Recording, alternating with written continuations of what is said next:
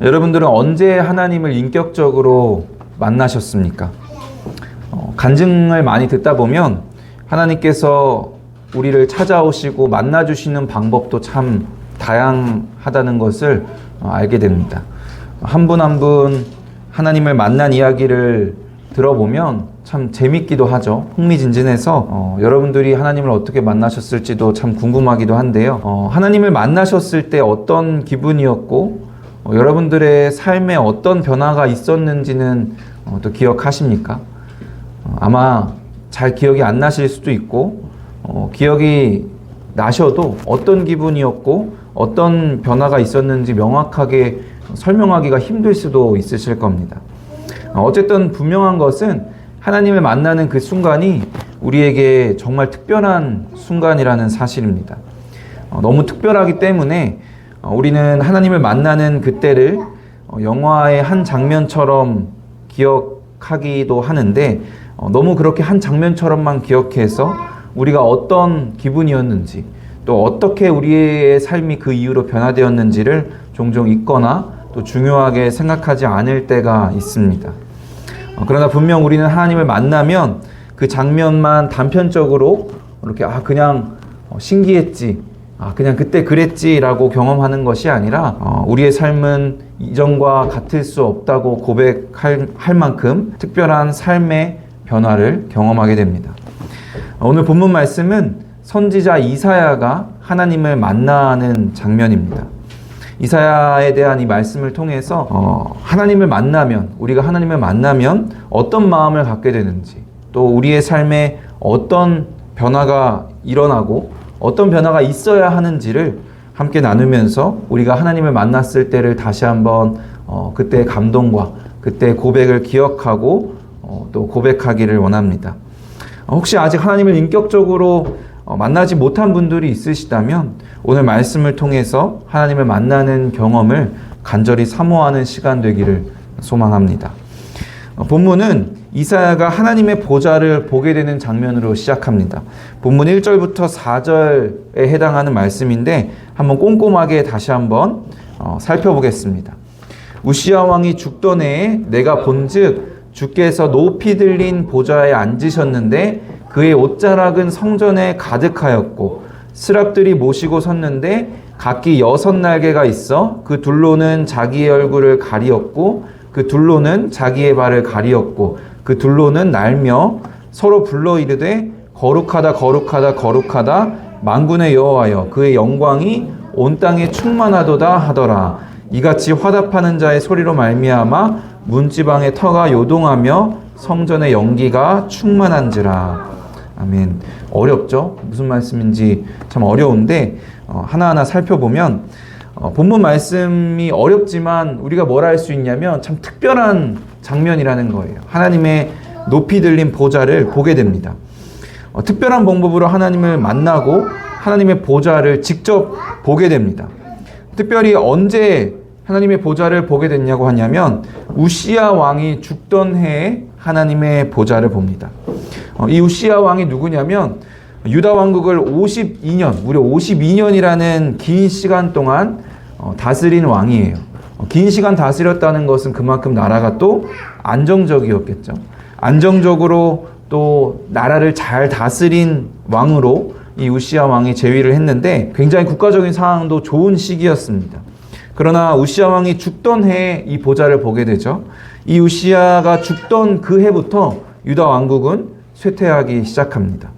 그리고 그 쇠퇴하기 시작하던 시기에 이사야는 하나님의 보좌를 보게 된 겁니다.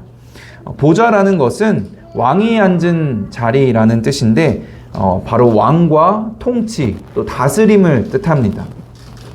비록 정치를 잘하고 나라를 잘 다스린 왕이 죽었지만 그래서 이제 앞으로 이 왕국이 쇠퇴하게 될 것이지만 진정한 왕은 여전히 하늘에 살아계시고 통치하고 계신다는 사실을 이 이사야에게 하나님께서 보여주고 계신 겁니다. 그리고 또 뭐라고 하시냐면 그의 옷자락이 성전에 가득하다라고 합니다. 이는 당시의 문화적 관용적인 표현으로 그가 왕이실 뿐만이 아니라 대제사장임을 표현합니다. 왕이자 대제사장이신 분이 누구냐면 바로 예수 그리스도시죠. 왕은 통치하는 분이고 대제사장은 우리의 죄의 문제를 해결하는 제사를 드리는 분이잖아요. 그 역할을 다 행하시는 바로 예수 그리스도를 이 이사야가 만나게 된 겁니다. 이 땅에 오시기 전에 하늘에 계신 예수님을 만났습니다. 2절부터 4절은 이 스랍들이 왕이자 대제사장이시는 분을 모시고 찬양하는 장면이 나옵니다. 스랍들이 뭐냐면 천사들을 뜻해요. 근데 이 스랍이란 단어가 무슨 뜻이냐면 불탄다라는 뜻입니다. 불은 성경에서 주님의 성결을 의미하는 단어입니다. 그 천사들이 하나님의 성결을 소유한 존재로 묘사가 되고 있습니다. 거룩하신 하나님의 성결로 인해서 이 하나님을 모시는 천사들도 성결한 존재로 묘사가 되고 있습니다. 그러나 그들은 너무나 성결한 존재이지만 그보다 훨씬 거룩하신 하나님을 감히 대면할 수가 없어서 두 날개로 얼굴을 가린다라고 오늘 본문에서 표현합니다. 그리고 또 다른 두 날개로 이 발을 가린다고 하는데 발을 가린다는 것은 하나님 앞에서 겸손히 나아가는 것을 뜻하는 표현이고요. 또 나머지 두 날개로 날아다닌다는 것을 표현하고 있는데 이것은 하나님을 섬기는 봉사를 뜻하는 표현입니다.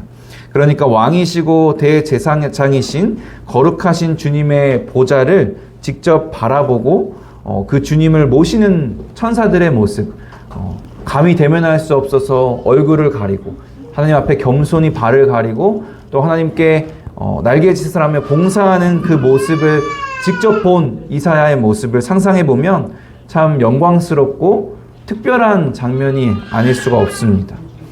그런데 이 영광스럽고 특별한 장면을 본 이사야의 반응이 참 특이합니다. 이 이사야의 반응이 오늘 본문 5절에 나타나 있습니다. 본문 5절을 함께 읽겠습니다. 그때 내가 말하되 화로다 나여 망하게 되었도다. 나는 입술이 부정한 사람이요 나는 입술이 부정한 백성 중에 거주하면서 만군의 여호와이신 왕을 배웠음이로다 하였더라. 하나님의 보좌를 보게 되고 하나님을 만나게 된 이사야는 그 영광과 거룩함에 취해서 황홀경에 빠지게 되는 것이 아니라 자기가 망하게 됐다고 한탄하고 있습니다. 거룩하신 하나님을 만났을 때 자기의 거룩하지 못함을 깨닫게 되고 빛이신 하나님을 만났을 때 자기의 더럽고 추악한 어둠을 깊이 깨닫게 되었기 때문입니다. 감히 나 같은 죄인이 천사들도 감히 대면하지 못해서 얼굴을 가리는데 나 같은 죄인이 하나님을 대면하였으니 이제 나는 죽었다. 이제 나는 망했다라고 고백하고 있는 겁니다. 자신의 죄, 특별히 입술을 통한 죄를 고백했을 뿐만이 아니라 더 나아가서 이사야는 자신의 백성들의 죄에 대한 연대 책임을 고백합니다. 우리는 보통 남의 잘못을 보게 되면 남을 탓하고 남을 흉보는 것을 참 좋아합니다. 우리도 이사야와 같이 입술이 참 부정한 사람이기 때문입니다. 그런데 우리는 하나님 앞에 서서 나의 죄를 자백할 뿐만이 아니라 우리 공동체 내의 죄, 우리 교회 내의 죄에 대해서도 함께 연대 책임을 느껴야 합니다. 저 사람이 나쁘고 저 사람이 잘못한 것이 아니라 우리 백성의 죄, 구원받은 백성의 죄는 우리의 죄고 우리 모두의 책임이 되는 것입니다. 이사야는 구약시대 사람이잖아요. 그러니까 구약시대는 그랬겠지라고 생각하시고 신약시대는 좀 다를 거야 라고 생각하실 수도 있는데 신약시대의 사람들은 하나님을 만났을 때 어떻게 반응했을지 베드로의 경우를 보면 알 수 있습니다. 베드로는 예수님의 명령을 따라서 깊은 곳에 그물을 던져서 그물이 찢어질 정도로 많은 물고기 153마리의 물고기를 잡습니다. 그런데 그 물고기를 많이 잡은 베드로의 반응도 역시 참 특이합니다. 누가복음 5장 8절 말씀입니다. 시몬 베드로가 이를 보고 예수의 무릎 아래에 엎드려 이르되 주여 나를 떠나소서 나는 죄인이로소이다 하니.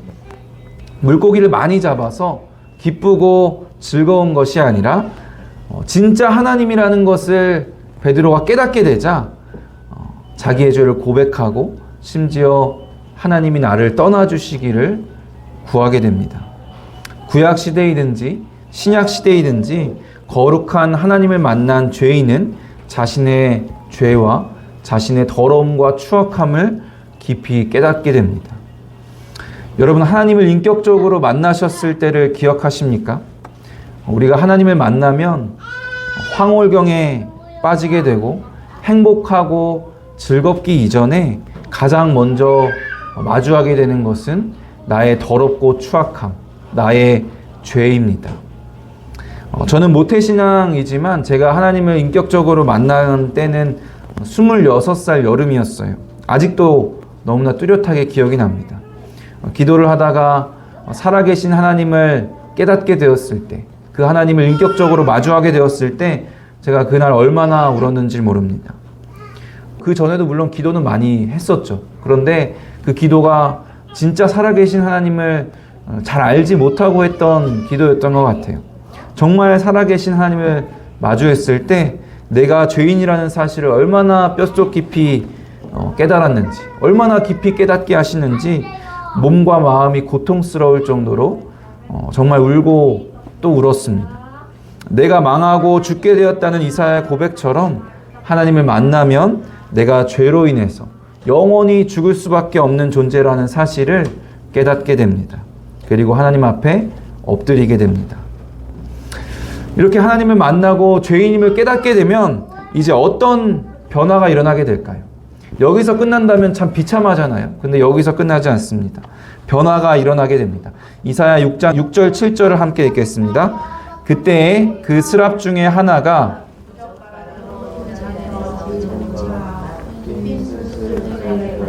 내게로 날아와서 그것을 내 입술에 대며 이르되 보라, 이것이 내 입에 닿았으니 내 악이 제하여졌고 내 죄가 사하여졌느니라 하더라.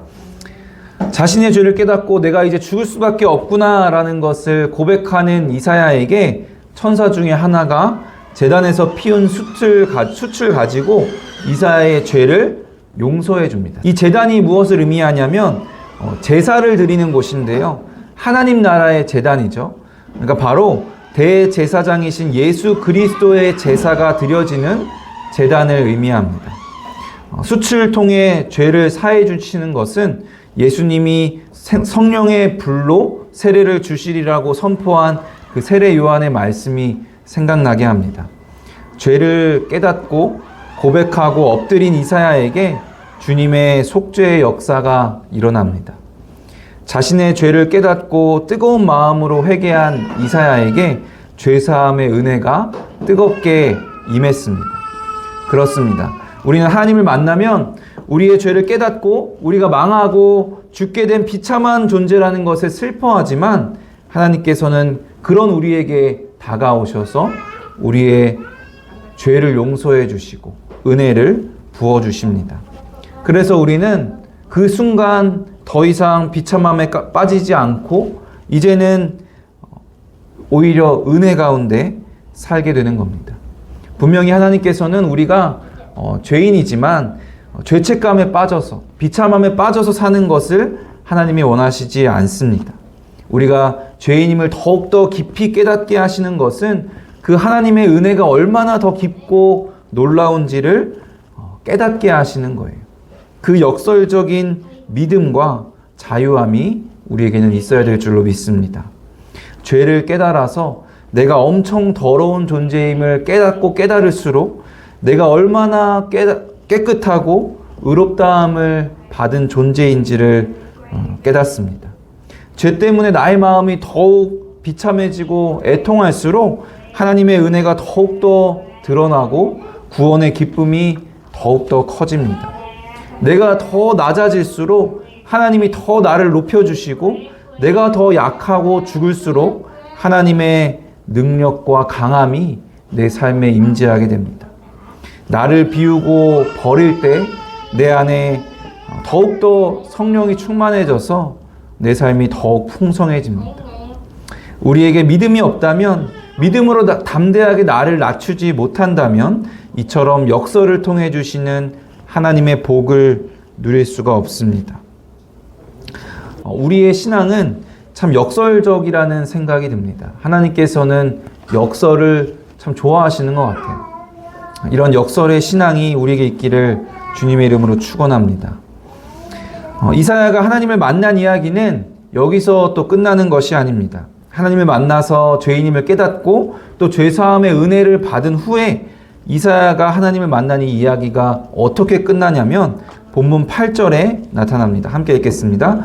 내가 또 주의 목소리를 들으니 내가 누구를 보내며 누가 우리를 위하여 갈고 하시니 그때 내가 이르되 내가 여기 있나이다 나를 보내소서 하였더니 이사야의 죄를 사해 주신 하나님께서 내가 누구를 보내며 누가 우리를 위하여 갈고 하고 물으시고 있어요.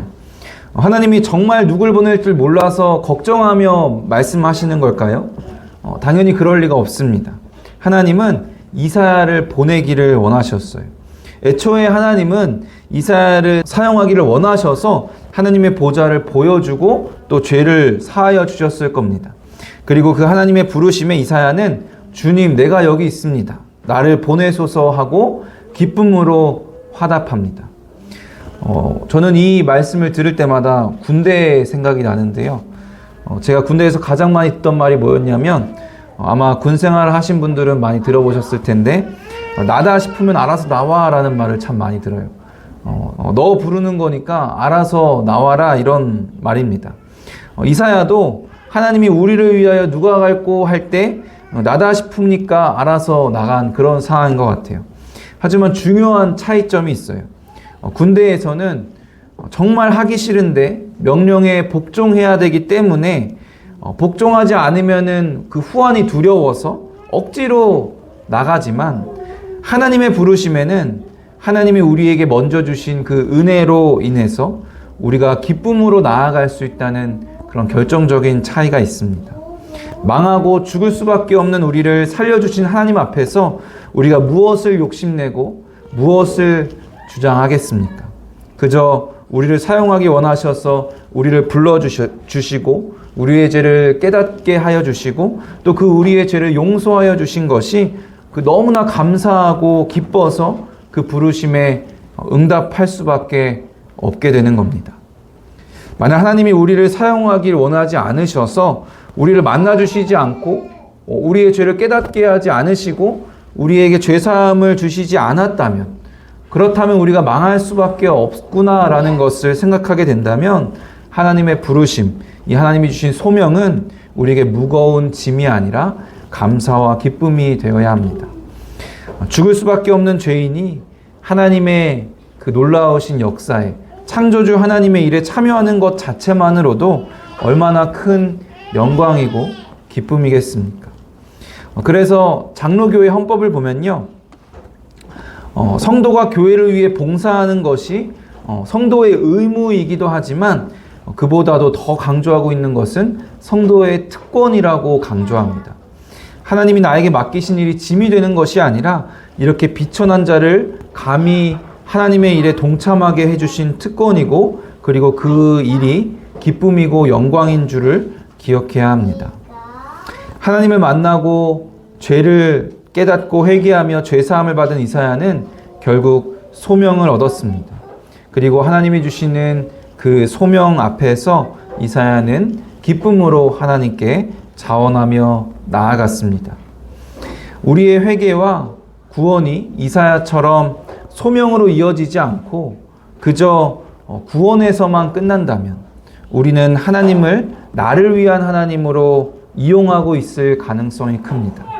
우리가 하나님을 위해 존재하는 것이지 하나님이 우리를 위해 계신 것이 아니라는 사실을 우리는 늘 기억해야 합니다.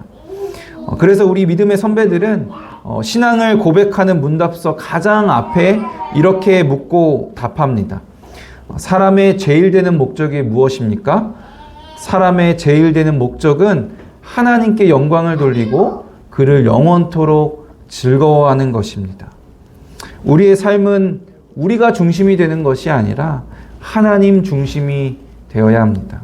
우리의 즐거움까지도 하나님이 중심이 되어야 합니다. 이사야가 이렇게 특별하게 하나님을 만나고 소명을 받은 사건은 정말 특별하지만 사실 특별하지만은 않은 사건입니다. 한 사람이 하나님을 만나고 죄사함을 받고 소명을 받는 그 순간이 세상에서 가장 특별한 순간이기에 특별한 사건이기도 하지만 사실 그리스도인이라면 누구나 경험하는 순간이기에 특별하지만은 않은 사건이기도 합니다. 예수님이 이 땅에 오시기 전에 예수님을 경험했기 때문에 이사야의 시대에는 누구나 경험할 수 없는 굉장히 특별한 사건이었지만 우리는 예수님이 이 땅에 오셨다가 다시 승천하시고 성령님을 주신 은혜의 시대에 있기 때문에 성령님과 날마다 동행하며 예수님의 보좌를 성령 하나님을 통하여 경험하고 바라볼 수가 있습니다. 성령 하나님의 도우심으로 우리가 하나님을 인격적으로 만날 때 우리는 이사야가 그랬던 것처럼 베드로가 그랬던 것처럼 우리가 죄인임을 깨닫고 하나님 앞에 엎드려 회개하게 됩니다. 그리고 그렇게 회개하며 나아갈 때 우리가 죽게 되었다고 통곡하며 슬퍼할 때 하나님께서 따뜻하게 우리를 찾아와 주시고 우리를 위로해 주시고 우리의 죄를 용서하여 주십니다. 그리고 그것에서 끝이 나는 것이 아니라 하나님이 우리를 만나 주시고 죄를 용서해 주시는 것은 우리를 사용하시고자 하는 하나님의 뜻과 계획이 있다는 사실을 깨닫게 됩니다. 하나님께서 내가 누구를 보냈고 하실 때 기쁜 마음으로 감사하는 마음으로 주님 내가 여기 있습니다. 나를 사용하여 주세요 라고 주님 앞에 나아가야 합니다. 하나님께서 보내기 원하시는 곳이 바로 우리의 마음이 있고 우리의 삶이 향하는 그런 소명이 되어야 합니다. 하나님이 우리 한 사람 한 사람을 참 다양한 방법으로 만나 주시는 것처럼 하나님이 우리 한 사람 한 사람에게 주시는 소명 또한 참 다양합니다. 어떤 사람의 일이 커 보일 수도 있고 또 작아 보일 수도 있고 또 중요해 보일 수도 있고 중요하지 않아 보일 수도 있습니다. 또 어떤 사람은 일이 많아 보일 수도 있고 또 일이 적을 수도 있습니다. 그래서 우리는 나의 일이 너무 많다고 혹 너무 적다고 혹 너무 초라하다고 혹 멋있지가 않다고 불평할 때가 많습니다. 하지만 우리에게 주신 소명에는 대소가 없고 또 귀천이 없습니다. 중요한 것은 하나님의 뜻과 계획이고 하나님이 우리에게 요구하시는 것은 절대적인 순종과 충성인 줄로 믿습니다. 내가 유명해지고 내가 성공하고 내가 하고 싶은 대로 사는 내 소명이 아니라 뭔가 특별한 삶을 살아야 하는 것이 하나님이 원하시는 소명이 아니라 어떤 곳이든 어떤 일이든지 하나님의 부르심에 응답하는 것이 하나님이 주신 우리의 소명인 줄로 믿습니다. 사랑하는 성도 여러분, 하나님을 만나셨을 때 어떤 기분이었고 여러분들의 삶에 어떤 변화가 있었는지를 기억하십니까? 하나님을 만났을 때 우리가 죄인임을 깨닫고 슬퍼했던 그 상한 심령을 다시 기억하시기를 바랍니다. 그리고 그 상한 심령을 기억할 때 우리에게 다가오셔서 우리를 깨끗하게 용서해 주시고 또 우리를 안아주셨던 그 구원의 감격을 더욱 기억하실 줄로 믿습니다. 그리고 그 감사와 감격으로 인해서 우리가 하나님 앞에 결단하고 결심했던 내가 하나님의 일을 하겠습니다. 하나님의 나라를 위해 내가 무언가라도 하겠습니다 하는 그 소명을 다시 한번 기억하시기를 원합니다. 하나님을 만나면 우리는 부르심을 받아 소명을 갖게 됩니다. 하나님이 쓰시고자 하는 대로 쓰임받는 것이 하나님이 주신 소명이 얼마나 큰 기쁨이고 특권인지를 깨닫는 우리가 되기를 주님의 이름으로 축원합니다.